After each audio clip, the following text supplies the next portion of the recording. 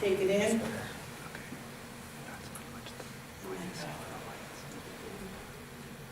And again.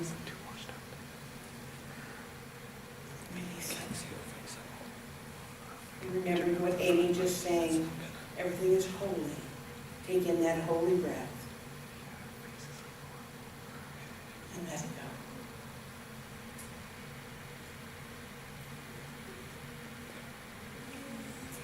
So if you've been coming here for any time, you know that I tend to walk through life looking for ideas for talks.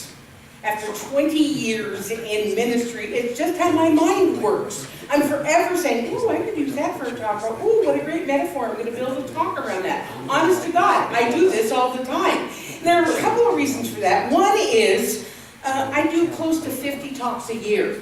So I'm looking for inspiration wherever I can find it.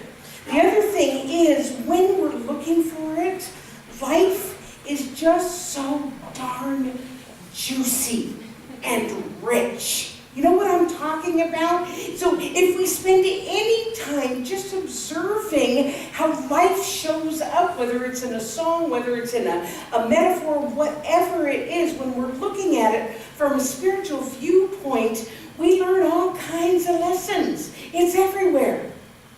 And the other reason why I pay attention to life is because it really proves that the universe has a super funny sense of humor. Am I right? And because if we can learn how to kind of laugh at ourselves about things that happen, we don't have to take life quite so seriously. And it isn't that we aren't committed to our spirituality, absolutely, totally committed to living a spiritual life, but while we are doing that, we can take it more lightly.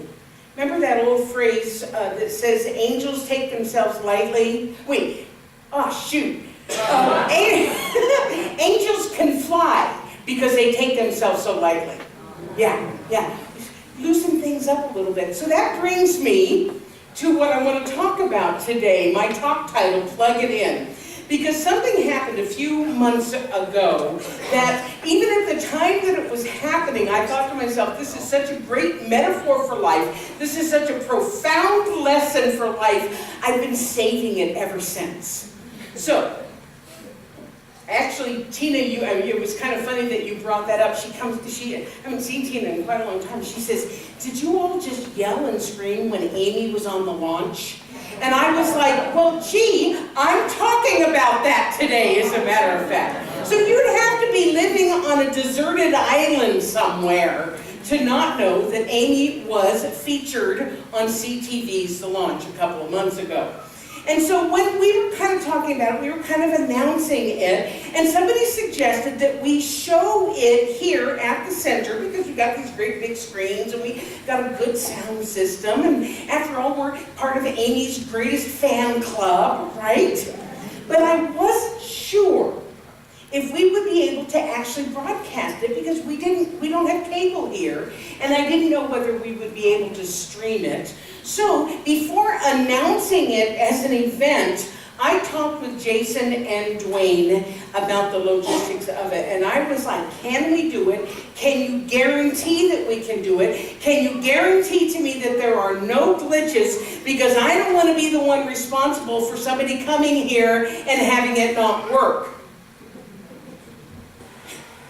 So they assured me that it was absolutely possible. So I announced it. We're going to have a group here. We're going to show the launch here. It was so exciting. But if you recall, when I was making the announcements, I was also suggesting that people record it just in case.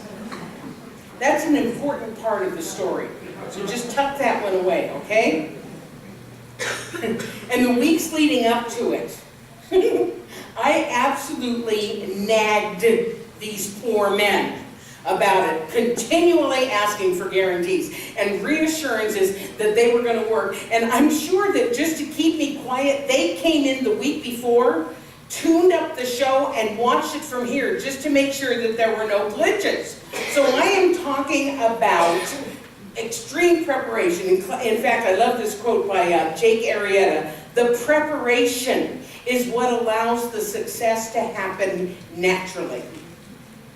The preparation is what allows the success to happen naturally.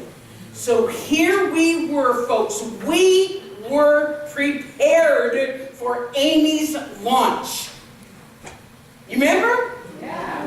And and it was a good thing because this place was packed. I came what I thought was a reasonable amount of time beforehand, like an hour and 15 minutes before showtime, and the parking lot was already full. I mean, people were stoked about this. By the time the show started, there must have been 140 people in here. And we even CTV sent somebody to enter. Did you see me on TV?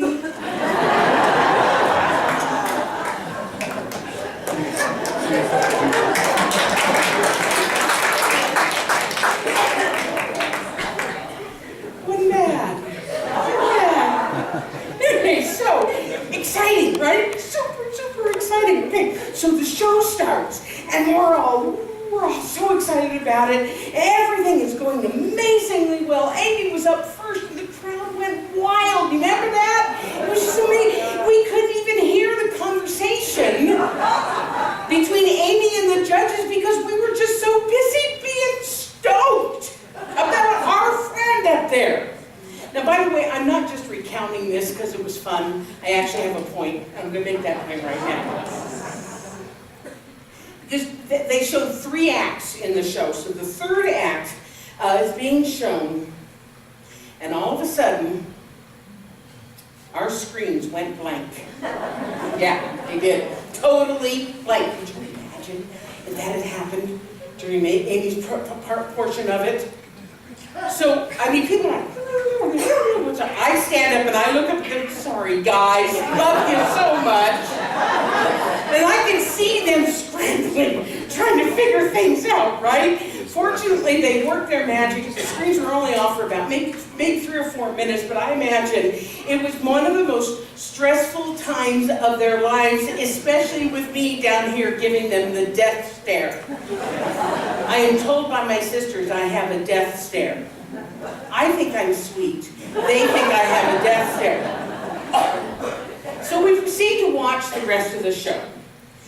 And although it didn't have the outcome that we and everybody in the world thought that it should, it ended up being a really fun, really celebratory evening that we came together as a spiritual community. It was awesome. So now we come to the crux of the story, why I just recounted all of that for you. The reason why I thought it would be a really spiritual talk, great spiritual talk. So I talked to Jason. Poor Jason, he broke his leg, right? Yeah, he can't be here quite yet because he's had surgery and broke his leg, but I didn't do it. I want to be very clear, that was not on me. Okay.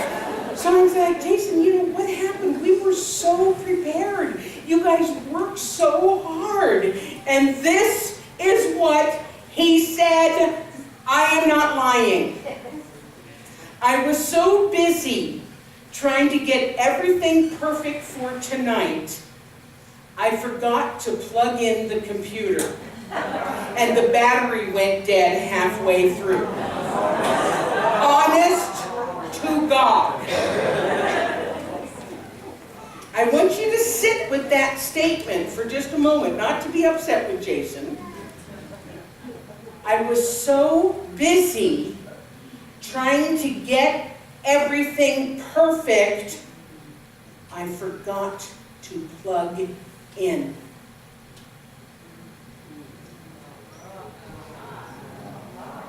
If that isn't a metaphor for life, I don't know what is. We do all this work, we make all of our plans, we prepare, and yet halfway through we run out of juice because we forget to plug in. And of course, when I'm talking about plugging in, I'm talking about plugging into the source of our being, the all and everything, whatever you want to call whatever that is. I call it the life force energy. We do all this stuff and we be all busy and we don't take time to prepare ourselves spiritually for the thing that we are working toward.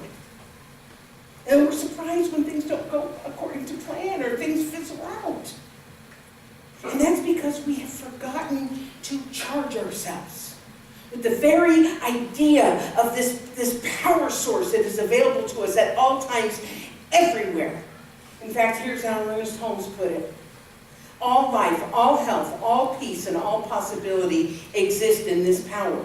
It is a knowledge of this and the conscious use of this knowledge which will give freedom. Our loneliness, our sense of isolation, our poverty, doubt, and sickness are results of being disconnected from the fullness of this divine self. Now, I'm not saying that we're experiencing isolation or poverty or doubt or sickness, although maybe some people are. But the point is still the same. When we are disconnected from our source, we can experience a blackout, if you will. Now, the truth is, though, is that we are never completely disconnected from source. How can we be? How can we be disconnected from that which we are? Again, Dr. Holmes put it this way. We are so intimately connected with this universal creative power that it is impossible to get away from it. Hence, we never have to wonder whether or not we are in touch with it. It is where we are, and we are in it. It is in us. It is around us and flowing through us. Take a breath. We don't have to unplug. We don't have to plug in to this what we are, but sometimes it feels like we have gotten unplugged. Anybody? Anybody besides me? Yeah. In my own life, there have been dark times, both before I came into the teaching and since I've been in this teaching, when I felt like I was absolutely disconnected, unplugged from life. Felt like I had been abandoned by the very thing that I had been told would never abandon me. But what I have come to learn is that God, or life, or source, or the cosmic muffin, or whatever you want to call it, that never goes away. It never abandons us. It never disconnects from us. Every time, without fail, the disconnection has happened on my end. When I have turned away, when I have doubted, when I have somehow unplugged. And here's the clincher. And it makes it so important that we stay vigilant. Because those times that I disconnected, I wasn't aware that I had done it. Just like Jason wasn't aware that he hadn't plugged in the computer. Maybe I'd slacked off on my spiritual practice. Maybe I started listening to gossip or negativity. That's a trigger for me. Maybe I stopped doing the things that I knew were good to me, or good for me. And as a result, I unconsciously unplugged. And eventually, I ran out of juice. And I'm like, what happened? Why is my life all of a sudden not working again? One of the analogies I use is when we fall asleep. If you've taken classes with me, you've heard me use this analogy before. When we go to bed at night, we lay our heads down on the pillow. We are not aware of the moment that we fall asleep, right? 1 minute we're awake, the next minute we're asleep. We only become aware that we have fallen asleep when we wake up again. Did you hear that? We only become aware of when we've fallen asleep when we wake up again. Well, the same thing is true when we fall asleep spiritually. When we disconnect, we are not aware of the moment that it happens. We only become aware of it when the show we're broadcasting goes blank. Or something else starts to happen, and we're like, what the heck? We cast it back for the reasons why, and we find that we're not plugged in, and our battery has gone down. But here's the good news. I have several pieces of good news for you today. The good news is, as evidenced by my story of the night of the launch, Jason figured out what had happened and he plugged the computer back in, guess what happened? Everything started up again. Everything started up again right where it was. Once the reboot happened, once the replug happened, everything started up again. And the same is true for us spiritually. The life force energy doesn't go away. It simply waits patiently for us to plug back in. And then without a grudge, without getting its feelings hurt, without a hiccup, the connection gets reestablished and things start working again. It's like electricity. It's always on. You just got to plug into it. We've got to work with it, and then it does all kinds of things with us and for us. So the question is, how do we keep from unplugging? How do we keep from disconnecting? I would love to know the answer to that. Seriously, I would love to know the infallible, here it is, the only reason, but even after all these years, I still fall asleep sometimes. I still unconsciously disconnect sometimes. It's true. And then my life doesn't work anywhere, and I'm like, what the heck is going on? And then I realize that I've fallen asleep, that I've disconnected again, and I do what I know to do to wake up, to reconnect, to remember. Remember, become one with again. Remember to do that. And the more I do it, the less often I fall asleep. The less often I disconnect.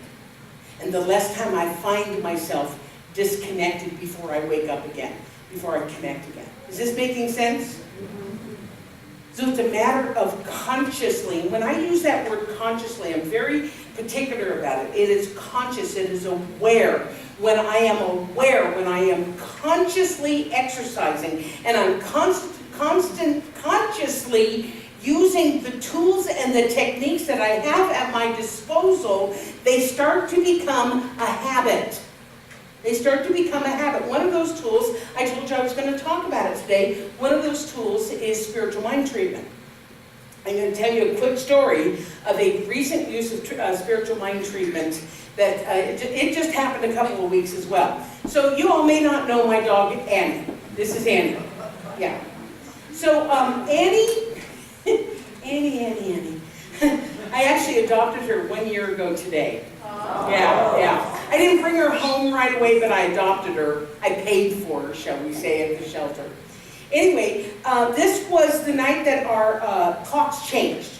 Whatever, so that was like 2 weeks ago, 3 weeks ago. And I'm always a little nervous on the day when the clock is going to change because I don't want, I want to make sure that everything happens so that I'm not an hour late for the center in the next morning and stuff. So it's like, okay, and we have to go to bed at what we think is 8 o'clock, but it's really 9 o'clock because the clocks are about to change. So yes, I understand that it's still sort of light outside, but we got to go outside and go to the bathroom, right? So usually what I do is, she's gotten pretty good, so we go out on the deck and she goes down the stairs and she pees right there. I'm going to say pee, okay? Get over it. It's a part of the story. So she pees down there, and usually what happens is then she comes back up and then we go to bed. Well, this time, she spied one of those giant bunnies that seem to live everywhere in Calgary, right?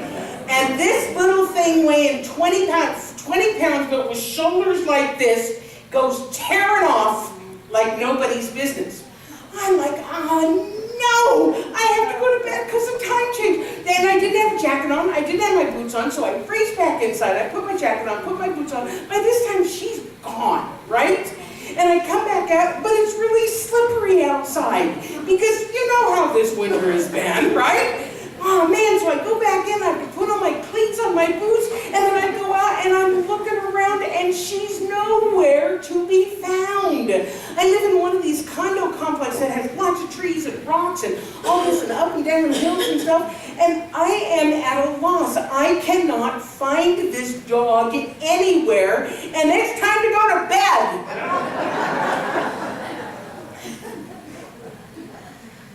So I'm standing there, and I think to myself, I don't know what to do.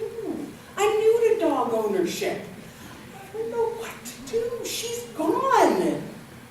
Oh, wait. I know what to do. I can do spiritual mind treatment. Seriously. I can affirm that God is all there is. I can unify myself with that. I can affirm that my dog is safe and protected and at home. I can affirm all of that stuff, and I did. Then I went back outside, and I'm walking down the street, and here comes this little black and white thing against the snowy road running toward me. That quickly. So my first habit, one of the ones that I'm trying to stop, especially on Sundays, is my first habit is to say bad words. And I said a lot of them. And stomp around being frustrated. But my second habit, which is far more effective, is to say positive words, to say affirmative words, do my spiritual mind treatment, then go outside and move my feet. We say treat and move your feet. Treat and move your feet. That's what happened. So I consciously plugged back in. And I found my dog. Or she found me. We found each other. So that's one of the tools, spiritual mind treatment. Another tool is meditation. Something so mystical, so amazing about plugging into spirit on that consistent basis. And a lot of times people feel they don't have time to meditate properly, so they just don't do it. Anybody want to cop to that? Yeah. Well, I can't do it right, so I'm not going to do it at all. And yet what I know of is that when I am consistent in my meditation practice, even if it's 5 minutes sitting in my car, to just unplug, to then unplug from this, to plug into this. You with me? The heart. Thank you, Tom. Plug into here. Yes. So even if I'm not doing it properly, I'm still connecting in. I'm still plugging in. Of course, there are many ways to plug in. You all know them. Spend time in nature. Read. Read something inspiring. Go to conferences and retreats. Go to the New Thought Conference. Play. Play is very important to connection, folks. Those of us who take things so seriously. Study. Or simply breathe. Or simply breathe.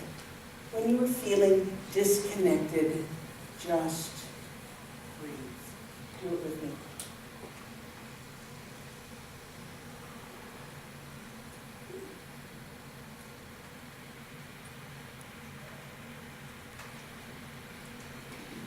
And of course, you can always take a class. It's a good way of connecting. In fact, we have 3 starting this week. Have I mentioned that?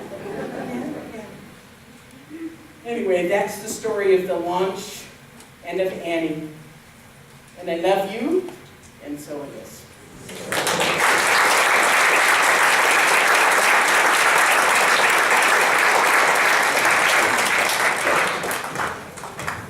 So a lot of what I just talked about was also being aware.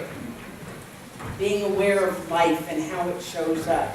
So this next song by Amy is to give you a taste of that again. Please welcome Amy Bishop in our band.